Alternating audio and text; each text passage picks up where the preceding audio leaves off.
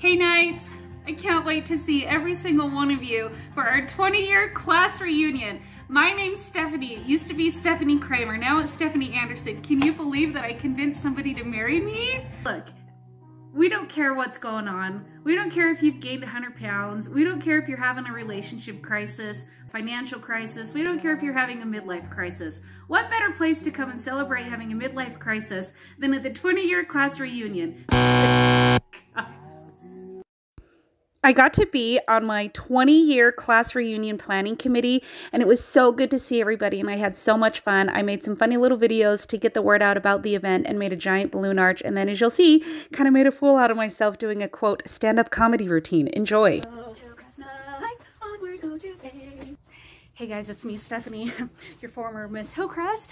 Just sending you another invitation for the class reunion. It's going to be next week, July 1st and July 2nd, and it's not too late to get your tickets, and it's not too late to send us some photos. You know, if I can throw on these red pumps and out here on my porch at the risk of being seen by my neighbors, I think that you can send me a photo or at least plan to come to the reunion because I'd really like to see you there.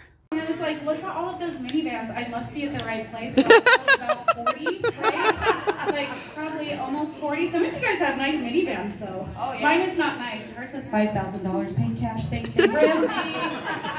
The paint is peeling, but we're fine. Like we're fine. Like it's fine. We have money in the bank. It's fine. We just have a really ghetto minivan, and I love it. It's actually a really. We have a nicer car, but we drive the minivan, and let me tell you why. I don't know, does anybody have kids? Did you guys have kids? Yeah? Okay. Oh, yeah. We've got 3 kids, and like you start with one, and you're like, I don't need a minivan, I need an SUV. And then all of a sudden you're like at Costco, and you're like checking out the woman who has like a button. And you're like, who do you think you are, sassy pants? And she's like, oh, I'm just gonna go get in my minivan. And I'm like, well, I'm just gonna go get in my SUV, and then I'm gonna hit all of the doors with my other doors. I tried to ram the car seat through the door. So I started checking out minivans, and I started checking people out with minivans, and I don't know, I started to wonder if I was getting a little turned on just by looking at all the minivans. So okay, and are really nice. They're so nice. They're so nice. I will never go back. Yeah. Our first car seats 7. It is a Buick Enclave, and it was very nice. And we don't even drive it. I'm like, why would I? I have a minivan. So anyway, did any of you guys, just by a show of hands, who went to Hillcrest? Because I know we have some +1s here. Hillcrest, okay. I just want to put a few of you on the spot. Did anybody ever go on a date with anybody that is here? Okay, I never kissed any of you. None of you ever kissed me, and I didn't kiss any of you. So, like, I'm good, but I'm just wondering if anybody in this room, okay? Like, I'm so sorry if your spouses are, like, you know, elbowing you. Like, I thought we were over this, okay? But I just wanted to just see if it was awkward for anybody coming back to your 40-year or your 20-year. Well, my husband and I have been married for almost 12 years, and let me tell you a little story about how I met him. I know that we were all a little bit worried that there was somebody out there for me. I just think that there's somebody out there for everybody. I am an acquired taste, and it's not for everybody. But I am Mormon. I know we don't call it that anymore, but still active. I think you know the lingo. And us Mormons, we sometimes do this thing called fast and pray, and it's when you need like a miracle. Woo! I don't know if you've ever done it. We just did it for like water, and it worked. So like floods and stuff in Caldwell, it's good. So I mean, it does work when you do it in large numbers. So I was like, you know what? I could count at least 5 men came out of the closet very soon after we dated, so that was not working out for me. Let's see, one of the guys that I really liked in high school, we went on a little ski trip to Targhee, and I look up on the mountain and I'm like, oh, he's so nice, he's teaching that cute girl to ski, the one who came with the brother. She was like by herself, and it was like a group date, and she's married to that guy now, and I got, you know, kicked to the curb, which is fine. Who was it? I don't know. I was in graduate school. It was not looking good for me. it was not looking good. So I said, family, will you please fast and pray for me that I will find a husband? Please, please. And I'm sure that their prayers went something like this. Dear Lord, we are not asking for much. We are not being picky. He just needs to be alive, and preferably he can see, he can hear, but we're not picky. Whatever. Like we just really need somebody for Stephanie. And then one of my best friends who went to Madison High School, she said, "Hey Stephanie, why don't you join the Institute Choir?" And I'm like, hell no, I am not joining the Institute Choir. I'm not going to do it. And so I joined eHarmony instead. And Dan was in my list of top 5 matches. We were a match based on compatibility. And here we are. He is 3.5 years younger than me, so I am a little bit of a bobcat, and we do have a great time together. To be married to my dad, my little Dan Anderson, who could not be here. He is home back in Caldwell, holding down the fort, doing homework. But actually, he would not want to be here. He does not like large crowds or strangers. I don't know how we were matched on compatibility, but somehow it works. The yin and the yang is what we are. I do have interesting in-laws, though. My father-in-law is a doctor. You wouldn't know it because they didn't like drive nice cars or wear fancy clothes. They didn't do anything like that. So I got lucky and ready to set him a doctor and didn't even know it because he was wearing like pleated pants that were ill-fitting and like a polo shirt he had since the 7th grade. Like anyway, I married into a lot of money and didn't even do it on purpose, lucky me. But my father-in-law, one day I was asking him, "Hey Kirk, you guys are pretty uptight and pretty type A. I don't really fit into this family. It's pretty obvious, but I appreciate you accepting me. I'd like to know what kind of snacks you're going to take to bed tonight," because we were on a camping trip, and I knew he was going to look at me like I was crazy, and he was like, "Snacks?" And I'm like, "Yeah, snacks. Like, what snacks are you going to take to bed tonight?" Because my husband is always like, "We don't eat in bed," and I'm like, "I do. I just ate a fajita dinner in bed, and fine if you don't want any, but like, I'm going to have my enchiladas and my fajitas in bed." Well, my father-in-law has never had food, not a crumb, not a Cheerio, not a snack, not a beverage, nothing. And he is like in his 70s. Oh no. Okay, like, has anybody ever eaten a snack in bed or am I just okay, so I'm alone. Okay. Okay, well I guess it's just kind of a, different sort of thing. And I have no idea how long I've been talking, but I did want to share just a couple little things, and then I promise to not take up all of your time tonight. I think there's 2 things that have happened in my life that I think that you need to know about. I think one of those, yeah, I wrote down too many things to share. Oversharing, what else is new? Okay, well, okay, 3 things. 3 things. Do I have time for 3 more things? Just 3 little things. Short Do little things. it! Okay. Woo! Well, let's talk about the elephant in the room. This elephant in the room, I have lost 105 pounds this year. Okay, and I did have surgery to accomplish that, and I'm very open about that. But I will say, if any of you guys are starting to feel the pounds, come on, I don't judge you.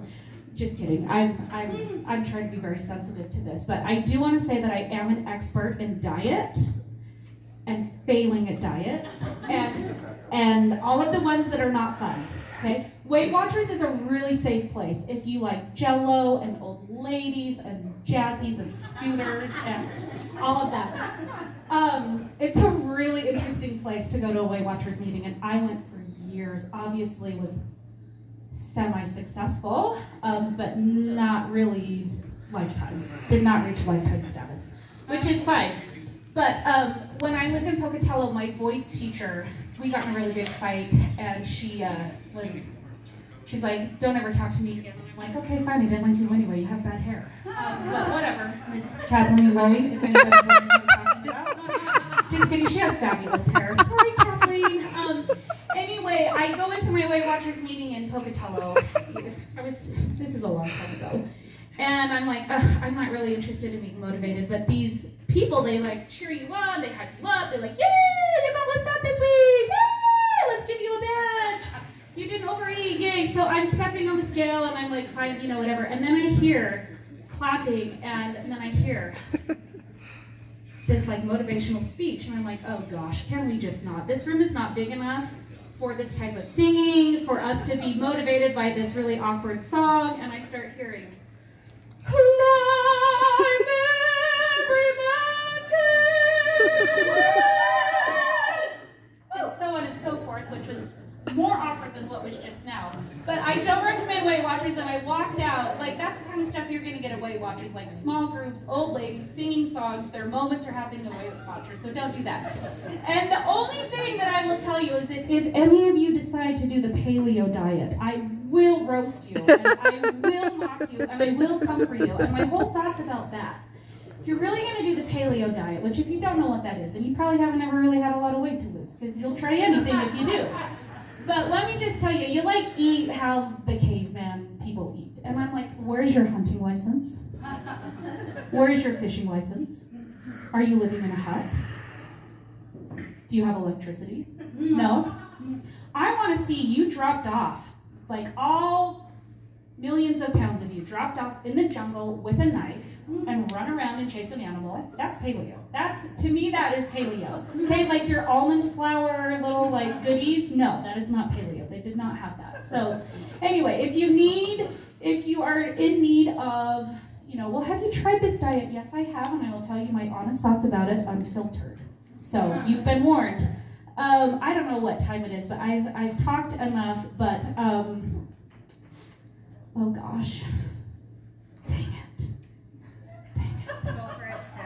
Okay, well, I talked about my minivan, but before I had a minivan, we had a Buick Regal, and one day Dan and I were in Jackson Hole, and we got to the top, and we were going to have a picnic, and we pushed the seats back, and then all of a sudden, like, we were all the way back, and then the seats wouldn't go any forward. It, like, stopped, and we thought for years that we had, like, blown a motor in the sedan. It's a sedan. And so we were sitting back there, and we had this pillow that we would, like, two super thick memory foam pillows, because we're in college-ish, kind of, or we just both have really bad first bachelor's degrees and me a master's degree that was not very profitable. And so we were scooted really far back, and we just made do. We're like, we're not going to put any money into this because Dave Ramsey's like living in our head. And I'm like, oh, Dave Ramsey, please. I just want to like reach the gas pedal. And so we had these pillows, and we just dealt with it. And one day we went to Ruth's Chris for one of our wedding anniversaries. Have you guys ever had Ruth's Chris? Oh, yeah. Yeah. Dave Ramsey, not approved. It is not Dave Ramsey approved, but it's so delicious, and we go there every year. Well, the one in downtown Salt Lake has valet parking. We were not prepared for that. We did not clean out the Buick Regal. I was a traveling piano teacher at the time, so there are costumes, there are drums, there are piano books, there are so many snacks, there's changes of clothes, there's so many smells. So many bad smells in that car. French fries, like you could have a whole Thanksgiving dinner in the back seat of that car, and we're like, oh my gosh, he's coming to take our car. What do we do? Like the seat, how do we tell him? Like, where's a fresh air freshener? Please open the jockey bus and let there be a fresh air freshener. We'll get it out real quick. And the guy took our car, and we were so embarrassed because when he came back, he like hit a little jump, and like the shocks, like it was not a nice car, and the seat was all the way back, and it was so embarrassing. But we have a minivan now, and it's a lot better, and we've ended up finding out that the only way that you needed to fix the motor was just to plug it back in. We had like scooted this seat, so all these years, isn't that the worst when the solution is so much easier? My dad was like, well, there's no motor that blew on the seat, you just have to plug it back in. So anyway, I just am really glad that you guys are here, and I think you are all beautiful and hot. And, I can't wait to find out all of your deep dark secrets. Woo! Go Stephanie! Going to my high school reunion really reminded me how many amazing people I went to high school with. I feel so blessed to have the friends and the experiences that I do from high school, and that everybody for the most part was super nice to me. I really don't have really bad traumatizing high school experiences, which made this high school reunion even more memorable and fun. And I'm so glad that I got to be a part of it. See you guys all in another 5 years. I don't know, maybe 10 years. I don't know. I'll see you soon. Okay, bye.